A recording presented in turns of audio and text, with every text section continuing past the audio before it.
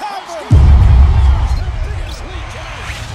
Drives one, deep left field. That's one of the goals of the season if I've ever seen one. That goes up there, back near the wall. It's out of here. Touchdown. The greatest of all time. There's still the accuracy and the execution.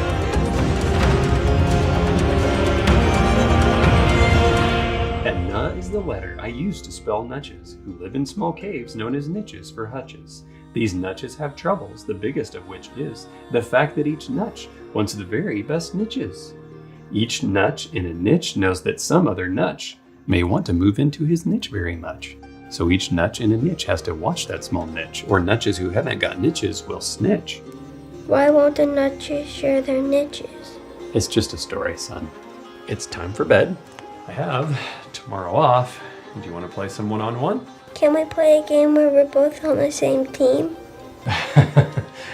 Why would that be fun? Come on, it's time to go to bed.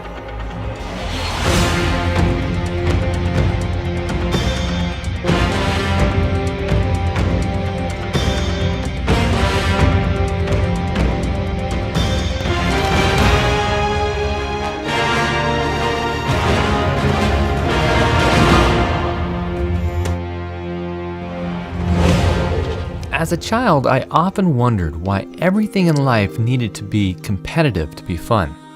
In the lunchroom, the popular kids sat at the front of the table. The window seat was a coveted spot. The kids were praised for getting the best score in the spelling bee. And above all, kids competed to be the best in any sports season. As an adult, my fun was knowing that my desk job could be taken over by the new employee that I was training. Every day traveling to work seemed like a day in the Indy 500. And I know friends that are divorced now because they found someone better. Better cars, better homes. Everything seems to be keeping up with the Joneses, as if the Joneses are in competition with us. Good morning. Morning. Good morning. Where do we learn all this? What actions in our lives trained us to think about becoming the greatest among others? Could it be that the educating in this type of superiority begins in one of the most inconspicuous places? The kid is a L7 Winnie. Yeah. Oscar Mayer even. Footlong. Dodger dog. A weenie. As a child, I would often wonder what the big deal was about proving your team was the best. It always became a yelling match after recess. We would all run down the hall and find the water fountain. You see that play? That was awesome. We almost destroyed them. Tommy lost the game for us all because he dropped the ball. It got knocked out of my hand. That wasn't the first ball that was knocked out of someone's hand. But what was the difference between how he reacted and how a professional athlete reacted?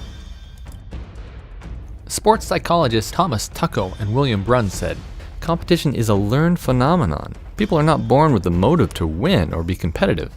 We inherit a potential for a degree of activity, and we all have the instinct to survive, but the will to win comes through training and the influences of one's family and environment. Could it be that competitive sports are intrinsically designed to focus our minds on works-based superiority, and winning and losing psychologically creates a prideful or revengeful character?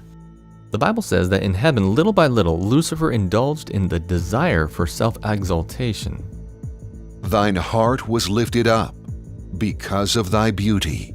Thou hast corrupted thy wisdom by reason of thy brightness. And due to his pride, Lucifer said in his heart, I will exalt my throne above the stars of God. I will be like the Most High. Though honored among the heavenly hosts, he ventured to covet homage due only to the Creator. In other words, the whole reason we are here in this sin-sickened world is because of the spirit and mentality of thinking who is the greatest. Could it be that this old snake is using the same subtle deception with sports and games to design young, impressionable minds to think along the lines of becoming the greatest? And could those mannerisms, desires, traits, and tendencies also influence the audience? The 1986 World Series, Red Sox first baseman Bill Buckner lets an easy ground ball dribble between his legs, rolling down the right field line. Behind the bag. It gets through Buckner. It was just a routine field error, but it was a disaster for Boston Red Sox. It was the 10th inning, and the 6th game of the World Series. The game was tied, and thanks to Buckner's mistake, the runner on third had time to score, winning the game for the Mets and forcing a tie-breaking 7th, which, in the final innings, the Mets also won. The Buckner moment ends the game, so it has the feeling of finality.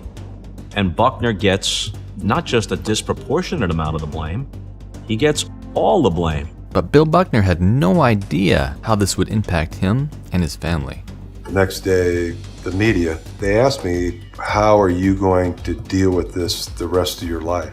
And no one is more eager to end this nightmare than the man who had such a prominent role in creating it, Red Sox first baseman Bill Buckner. This simple baseball game had an enormous psychological effect on its fans and players. I almost sought psychiatric help after that series. I was lying awake at night, wondering, why was it that I was still so upset? Because it's not just a game. Your heart is into it. Right. Well, I'm from Boston, so no matter what you do to Bill Buckner, it's not bad enough. That's it's just you can't overrate what happened there. You broke the hearts of people in 6 states. It was not all his fault, but ball didn't go between my legs, went between his legs. Bill Buckner doing one of these. What can I tell you? Bill Buckner, every time I turn around, his team's getting between his legs, and he couldn't. Billy Buckner got his pants adjusted so he could fit 3 balls between his legs. Keep his eye on the ball. End of the World Series. We've been waiting for decades to try to get a championship, and this lets the ball go. Bill Buckner can rot in hell. Is this the type of character that adult sports instills into its fans? What are the children learning from one of the most watched games of the year? Bill Buckner became the lone symbol of Red Sox futility. Obviously, the New England fans were upset. They felt like something got taken away from them. And it's almost like they're on the team. And, when the team doesn't win, I didn't lose, Buckner lost, Point the finger. If a game of this highest caliber, played by adults, instills this type of character into its players, its fans, its media outlets, what could we possibly be teaching our children? I think that when you go through something like that, you've got to escape some way. In 1993, Bill Buckner moved away from Boston for good. But it's not just the players that are on the receiving end of the hysteria that competitive sports throws people into. Steve Bartman was sitting in an innocuously slow game of baseball when a foul ball flew towards him that changed his life forever. Steve Bartman apparently deflects the ball. It lands at my feet, and one of the guys I'm with picks up the ball. Pryor immediately turned to the umpire and pointed at the fan. The umpire's all over it. The umpire right down there, Mike Everett's on the play. That's awfully close to fan interference right there. If Alou has to reach into the stands, it's fair game for the fans to catch the ball. If the fan reaches out over the field, then it can be ruled fan interference. That is very, very close. And as soon as that happened, the entire dynamic in that stadium changed. As multiple fans raised their hands to catch the ball, so did one of the outfield players. Obviously, he was upset that he didn't get a chance to catch it, but he really threw kind of a little temper tantrum, a little fit. I was so surprised that he was over there in position to catch it. I think that he was too. He was like, I'm over here, I got a chance to make this play. And then you stole it from me? I was just right with him. What's with this guy? What is with this guy? What fascinates me most about this is that if it's just a game, this shouldn't have happened. But we get such emotionally tied to beating another teammate and winning the game and pleasing ourselves by showing our superiority that it hurts us emotionally when it doesn't go our way. When we tickle our egos with the feelings of superiority, it leads to self-glorification of our own works and accomplishments. This repetitive teaching sears our brain with the characteristics that are not favorable for producing a Christian character. Like a disease, the spirit of rebellion is passed from player to fan to stadium and to cities. You know what the fan who interfered booted? They're chanting out here. Before you know it, Waveland Avenue's chanting, now the bleachers are chanting, now the grandstand's chanting, and that chant and the anger builds and builds and builds. Somebody hit that! Hit him! I remember thinking, if they don't get out of this inning, this poor guy is, he's done for. I heard, there was a lot of being screamed. There was a lot of, we're gonna kill you, we were gonna, this. And at that time we were like, man, this is getting kind of out of hand. It's just a foul ball. Yeah, we're gonna kill you! This is one kid against an entire city. Before long, they had to get security to escort Steve Bartman and his friends out of the stadium. Whether we did anything wrong, it didn't matter. I just thought that it was going to get heated. Let's get them out of here. Because there were fans then jumping down from their seats, getting in our faces, trying to stop our progress. If that guy's smart right now, he takes that hat off, he takes his glasses off, and he changes his freaking sweatshirt. I didn't realize, look at all the people yelling at him, going out. Holding like a sweatshirt over his face, and I ripped the sweatshirt down over his face, and then the security guards pushed me against the wall, and then they came running up here with him. Why did you do that? Because I wanted to expose him for ruining what could be a once in a lifetime experience. Someone ever convicts that guy of a crime, he'll never get a pardon out of this governor. Police and news reporters camped outside his house. That was when it really started getting surreal and bizarre around here. He was like, wait a minute. It was like they were treating him like he was a guy who had somebody held hostage. On the show, we finally got a call, some guy saying we have his address and we're going to go out and we're going to kill him tonight. And I was on the air, A, as a therapist trying to talk people off the ledge, and B, trying to calm people down. Bartman still lives in Chicago, but his lawyer won't say where. He won't speak to any news agency or reporter. He has refused offers for hundreds of thousands of dollars to be on commercials or card games. There are even rumors that he can't use a credit card, else his name be revealed. But fortunately, Steve Bartman got off easy compared to some other examples that we have in Brazil and Indonesia. Some of the players, referees, and fans did not make it out alive. This is the spirit that competitive sports ultimately instills into the mind. The you versus me mentality, once conceived, results in death. But more than 120 people were killed, possibly more, 180 that have been injured. I mean, soccer is, like in so many countries, a bit of a religion here in Indonesia. So these games attract massive crowd. The fans invaded the pitch. There are pictures of the bodies just littering the ground. And this isn't just a problem with Indonesia. This is a worldwide human epidemic. 73 people have been killed and 1,000 more injured after a football pitch invasion in the Egyptian city of Port Said. One Al Ahly player described the violence as war. People are dying in front of us, he said. Interestingly enough, it's not much different in North America. Vancouver, transformed into a war zone. Fires erupted in busy downtown intersection, while police in full force struggled to contain the crowd with tear gas. Two of their cruisers set ablaze. The reason for all of this chaos? A hockey game, lost by the hometown Canucks to the visiting Boston Bruins. Of course, if you remember, Vancouver erupted in similar riots in 1994, the last time the team, Robin, lost Game 7 of a Stanley Cup final. Unfortunately, the ugly side that we sometimes see in sports. All right, Josh. Indeed. Thanks. I find it fascinating that the reporter shrugs this off as just an ugly thing, as if this is a common occurrence that happens every now and then when they have this stuff. Hundreds of people died. This is a big deal.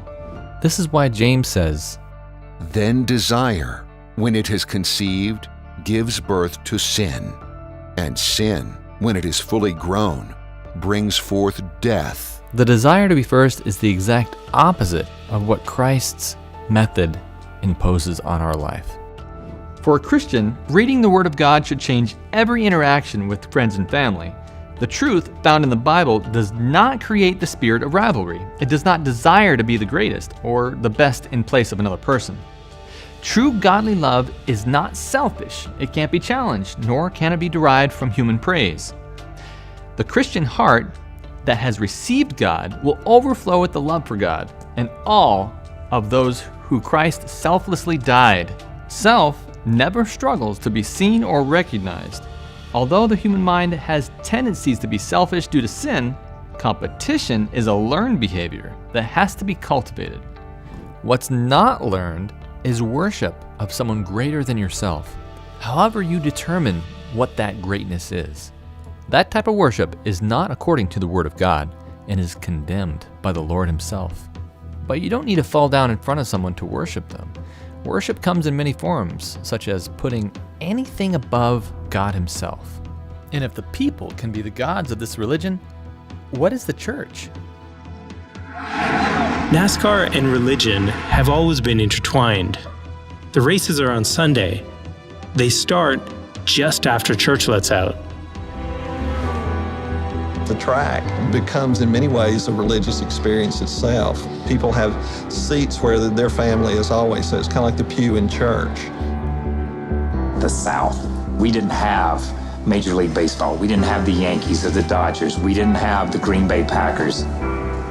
You need something that brings your community together. You need something that brings joy to your community. And there are a lot of places that's church and religion and going to church on Sunday. But for this part of the world, from where I grew up at, your church is on Saturday night. Church, as defined by the Bible, is the people, and where they decide to gather for a single purpose becomes worship. I don't know if the athletes really truly understand how significant sports is. And I'll take it even a step further. I think sports has become the new religion. I think in the rise of atheism and the resignation from faith in God, that sports and sports figures have become the new religion. And with that being the case, it's even more significant to pop culture and the overall spirit of our society. So if sports is the new religion, what kind of characteristics can we see within that religion? The New Zealand All Blacks are the greatest sports team in the world. Since 1892, they've won 77% of every game they've played. They've won 3 of 8 Rugby World Cups and have never been ranked lower than 2nd in the world. They are gods of rugby. At the heart of their team identity is a sacred ritual gifted to them by the indigenous people of New Zealand. There's rituals in religion, and there's rituals in sports. Were there rituals that you did before a game? Yeah. I had a lot. I'm a little embarrassed by some of them. I mean, LeBron does like that, and my thing, I like to take the program, and I would just look at all the pictures of my teammates and the other team. Any superstitions going into the game? Any special thing you carried into the game on Sunday? I did. I've learned a lot from my wife over the years. She's so about the power of intention, and believing things that are really gonna happen. And she always makes a little altar for me at the game because she just wills it so much. So she put together a little altar for me that I could bring with pictures of my kids, and I have these little special stones and healing stones and protection stones, and she has me wear a necklace and take these drops she makes, and I say all these mantras, and I stopped questioning her a long time ago. I did. I just shut up and listened. And at first I was like, this is kind of crazy, and then about 4 years ago, we were playing the Seahawks, and she said, you better listen to me, this is your year, but this is all the things you're gonna have to do to win. And I did all those things, and by God, you don't work. They're pretty good. And right after the game, she said, see, I did a lot of work. You do your work, I do mine. She said, you're lucky you married a witch. I'm just a good witch. In terms of what it means to New Zealand, the game doesn't start when the whistle goes. Lahaka kicks things off. For the Maori, their history is a living, breathing thing. It's a vibrant and pulsing power of ancient ancestors and dormant gods they believe can be harnessed and channeled into greatness.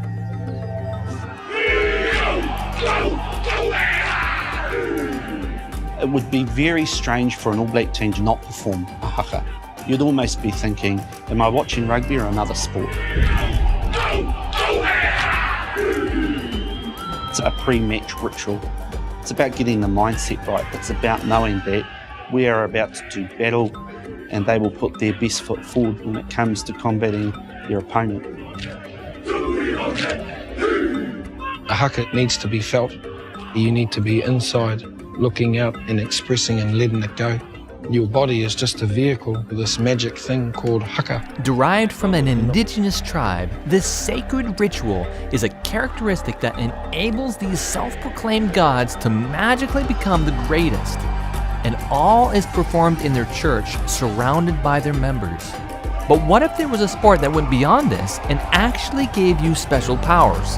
When you're out there in the stadium and the casters commentating the game are going crazy, the fans are going crazy, the sound is all around you, just like encompassing you, you feel alive. If that's not spirituality, I don't know what is.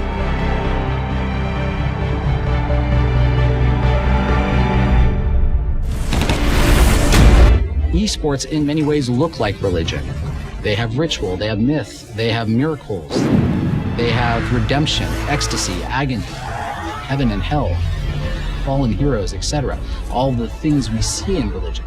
But more than just looking like religion, sports do the work of religion. They teach us values, they teach us ethics, they build community, they give us a sense of place and purpose and meaning. But what values and ethics are they teaching us?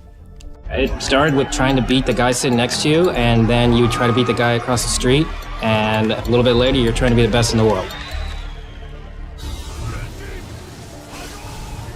The Bible talks a lot about being the best. In fact, let's take another look at Isaiah 14:12. How art thou fallen from heaven, O Lucifer, son of the morning? How art thou cut down to the ground, which didst weaken the nations? For thou hast said in thine heart, I will ascend into heaven. I will exalt my throne above the stars of God. I will sit also upon the mount of the congregation, in the sides of the north. I will ascend above the heights of the clouds. I will be like the Most High. Although the Bible talks about winning salvation's race, the race has nothing to do with replacing another man or woman in heaven with your own achievements. God's methods are never established by works-based superiority, but it is the deceiver, the devil, that wants to give you the power to obtain your own godhead, if that were even possible. Practitioners of esports also have avatars where they become gods in their own domain. Esports are a way for them to reenact these myths in their own life, in their own way. They are now the superheroes. They are now the mythological figures. And perhaps fight against the immortal God himself. Gaming off to a lead in game 1 against Immortals. Right now, Darshan is going to finish the game. CLG gonna look for the Nexus. They will take it. While players of competitive sports are not openly satanic, the characteristics they are instilling in their characters deceptively massage their egos and lead them step by step to self-glorification, the same way Lucifer did before he was cast out of heaven.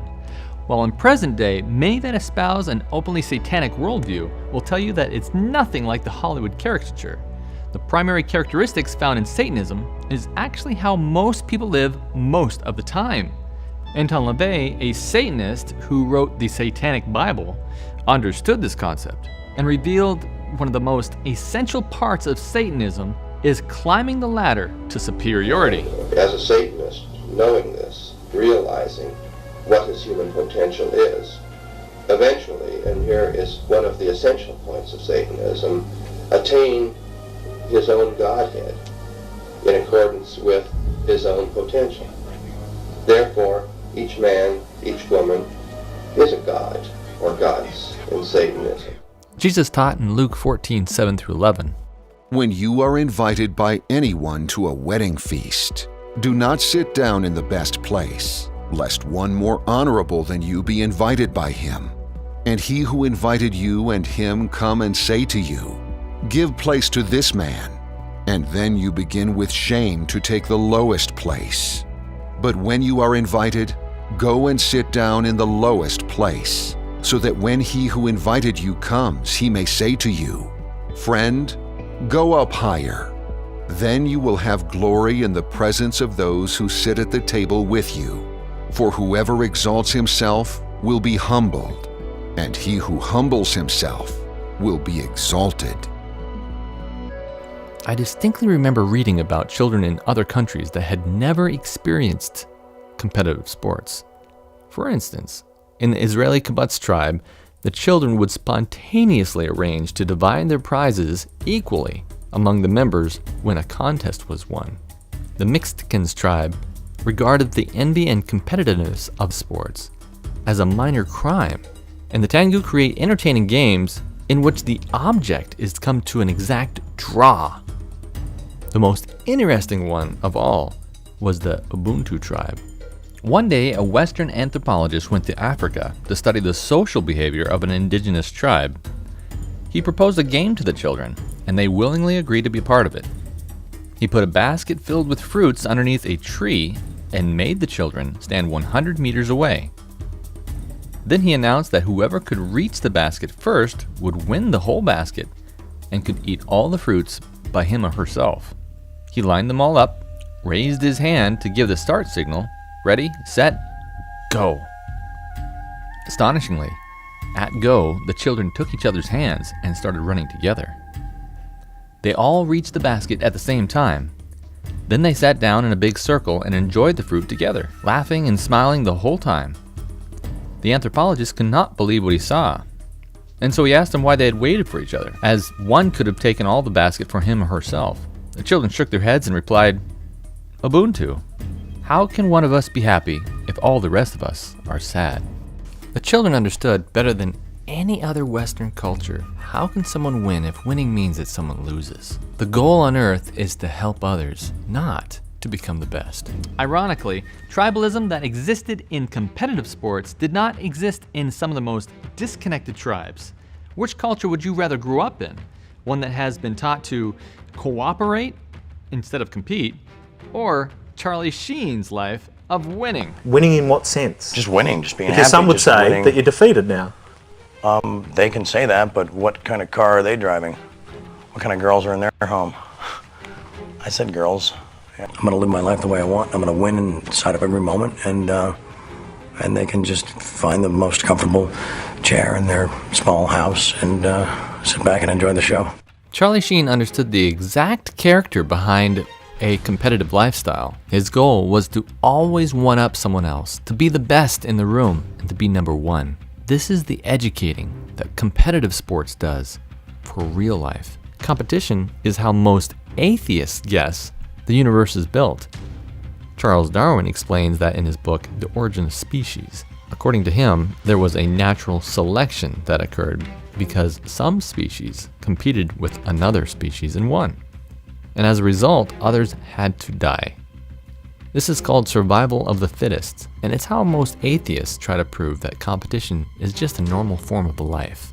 While true on a small scale, in the animal kingdom, these lower passions, animalistic passions, of trying to become the greatest is not how he wants Christians to live.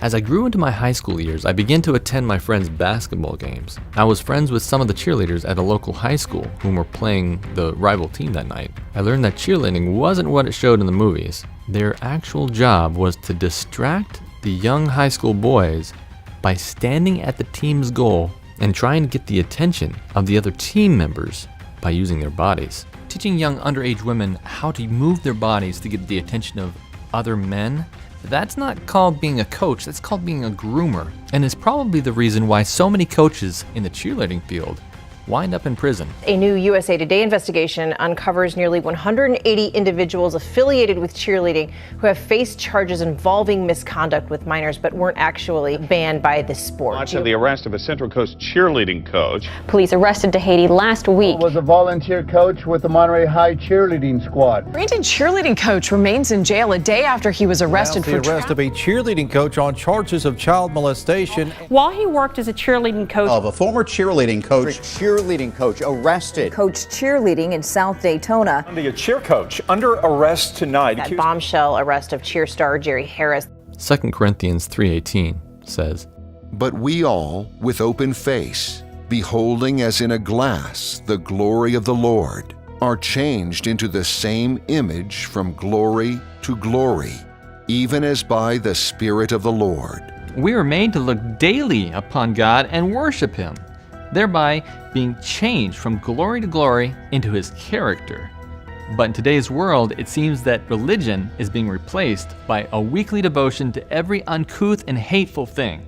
There's no better example of this than the intentionally pugilistic game of American football. My next guest was one of pro football's most ferocious linebackers, and then he decided that football was not only too violent for him, but maybe corrupting himself and the country. Will you welcome, please, Dave Magacy. Football is the only major sport in this country whose sole raison d'etre, in other words, its basis is violence. In other words, I can't, if you're a tight end and I'm playing opposite you, John Mackey, and I can't, psych you out and fake you out and put moves on you. At some point it comes to a showdown and I have to defeat you. I have to do violence to your person, or you have to do violence to my person. But everybody expects that as part of the game. The speciality of football is that inherent in the structure of the game, there has to be a physical confrontation where one person has to defeat another in most positions. No other sport is like that. Hockey isn't like that either. The raison d'etre for hockey is to get the puck in the net. Boxing, right? And I'm talking about team sports and major sports in this country, right? Dave Magacy was drafted by the St. Louis Cardinals in 1963 and spent 7 years playing professional football. The human body was not created or built to play football. When you have force against force, you're going to have injuries. And I'm not talking about the knees and all of that stuff is a given. But from a neurological standpoint, you're going to have some brain trauma.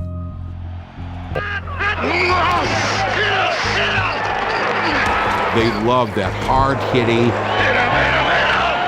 punishing, brutal defense that they played.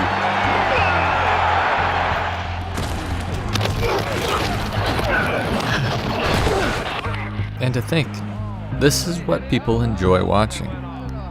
This is what they want to see. They want to see destruction, annihilation of the opposing team. People like the violence of it.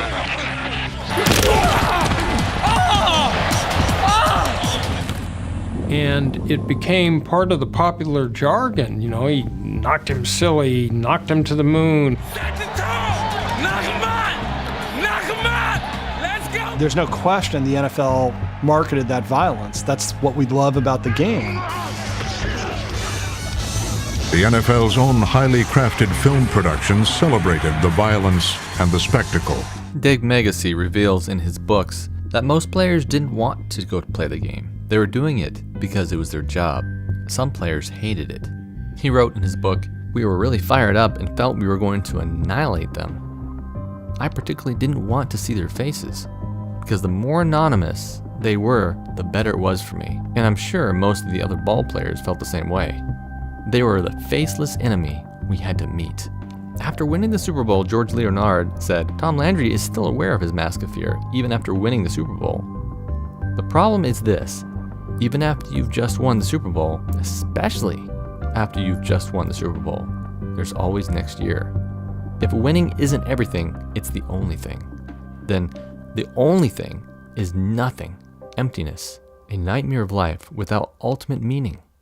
So what is the only thing missing from a religious ceremony that in God's eyes is meaninglessly wasting time, teaching bad characteristics, and damaging the holy temple of the body? The same thing in every church service. Music.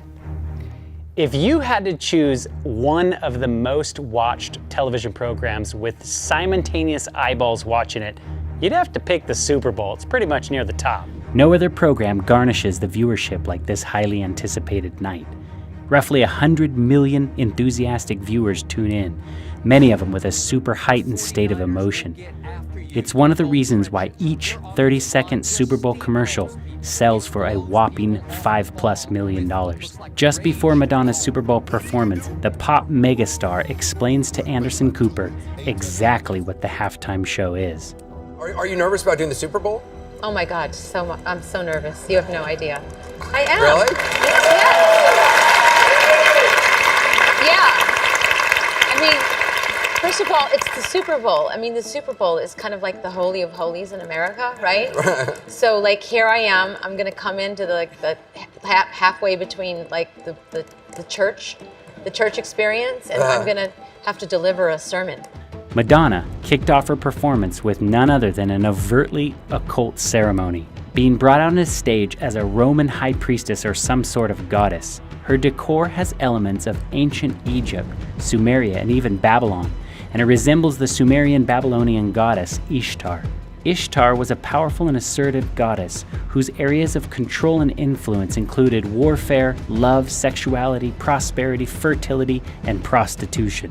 She sought the same existence as men, enjoying the glory of the battle and seeking sexual experiences. Madonna's portrayal of Ishtar is therefore quite interesting, as one can argue that the pop singer has embodied throughout her career the assertive yet highly sexualized qualities of Ishtar, even achieving a state of power in the music industry that is only reserved to men. With each passing year, performances try to one-up each other with its dark imagery. Illuminati princess and occult enthusiast Beyoncé kicked up the occult theme just a notch the following year. There was Masonic checkered themes everywhere, such as this saxophone girl's outfit. Beyoncé, of course, was throwing the hand sign that is associated with the occult. And built into the stage lighting was the Gemini twins, the minor gods of Babylon, whose names mean the one who is arisen from the underworld and the mighty king. Both of these names are titles of Nergal, the major Babylonian god of the plague and pestilence, who is the king of the underworld. Beyoncé admits that she has a spirit possessing her called Sasha Fierce. It was kind of the first time I felt something else come into me. Sasha is my alter ego. I'm really kind of shy, and not really shy, but more reserved, and nothing like Sasha. She closes the performance by telling everybody to put their hands towards her. Everybody put your hands towards me. Everybody, I want to feel your energy. Like Madonna, she knows this is a worship ceremony. In 2015, Katy Perry, who is no stranger to super occult performances, rode into the so-called church, as Madonna puts it, on a beast. Note her outfit is reddish and appears to be on fire, very reminiscent of the woman riding the beast of Revelation. Then she hits the viewers with her highly inappropriate song called I Kissed a Girl and I Liked It. She then moves into a very kid-friendly looking set with bright colors and cartoonish characters dancing all around. As if to lower the guard of the suspecting parents, Katy Perry also has admitted to selling her soul to the devil to achieve her fame. I swear I wanted to be like the Amy Grant of music, but it didn't work out, and so I sold my soul to the devil. But it's not just occult imagery that is dangerous for Christians. Its overly sexualized nature of its dancers and lyrics is also a problem. With such performances, many of the songs promote a debaucherous lifestyle, and it probably is not a big shocker that the 2020 halftime show with J-Lo and Shakira would be anything different. And similarly, like Madonna believed that the performers were delivering a sermon, Entertainment Tonight was quick to mention these sentiments. Jennifer Lopez and Shakira took us to church with their electric performance at the 2020 Super Bowl halftime show. Yes, the Hips Don't Lie singer turned to the camera and blessed us. It's beyond like a blessing. It's just like, wow. The performance was highly inappropriate for any viewers, let alone Christians. When we focus our attention on the characteristics of this planet, we become like the characters presented. This is a law of the mind and body. And it's the exact reason Jason Brown decided that he was going to quit football altogether. At one point, number 60, Jason Brown was one of the best centers in the NFL. At one point, he had a 5-year, $37 million contract with the St. Louis Rams. And at one point, he decided it was all meaningless and just walked away from football. I'm living a life of entertainment, living a life of materialism, and I was ready to make that leap towards service. All Jason knew is that God was leading him away from football, so he left. My agent, he told me, he said, you're making the biggest mistake of your life.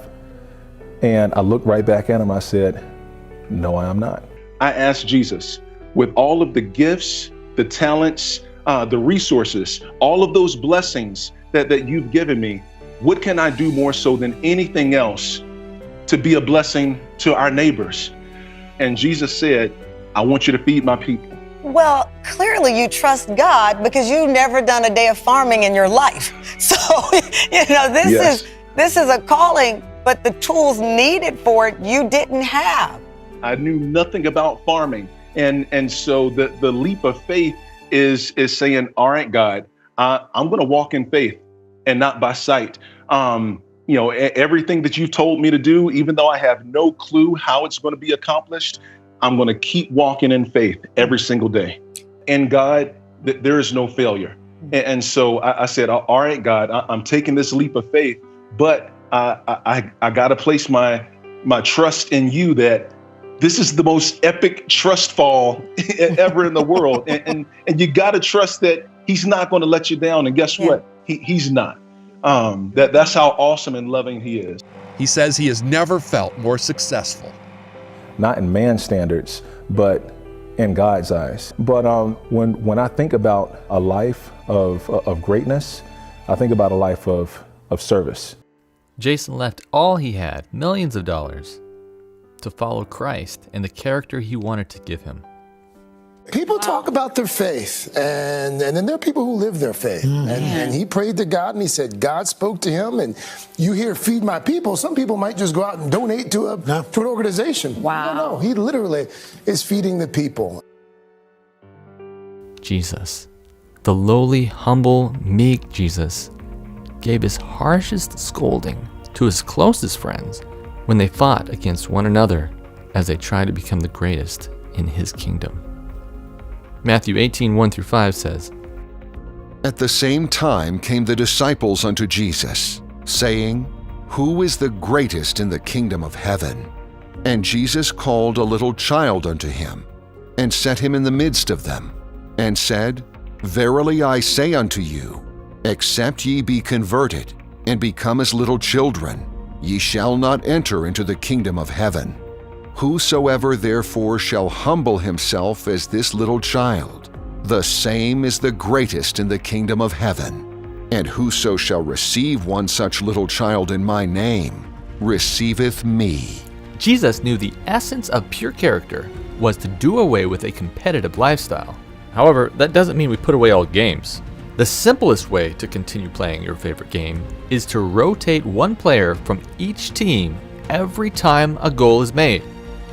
The simple exercise of playing ball is good exercise, but even tossing a ball back and forth can be overdone.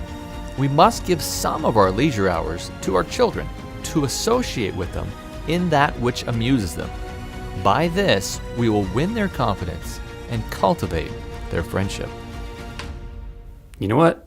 On second thought, we can be on the same team.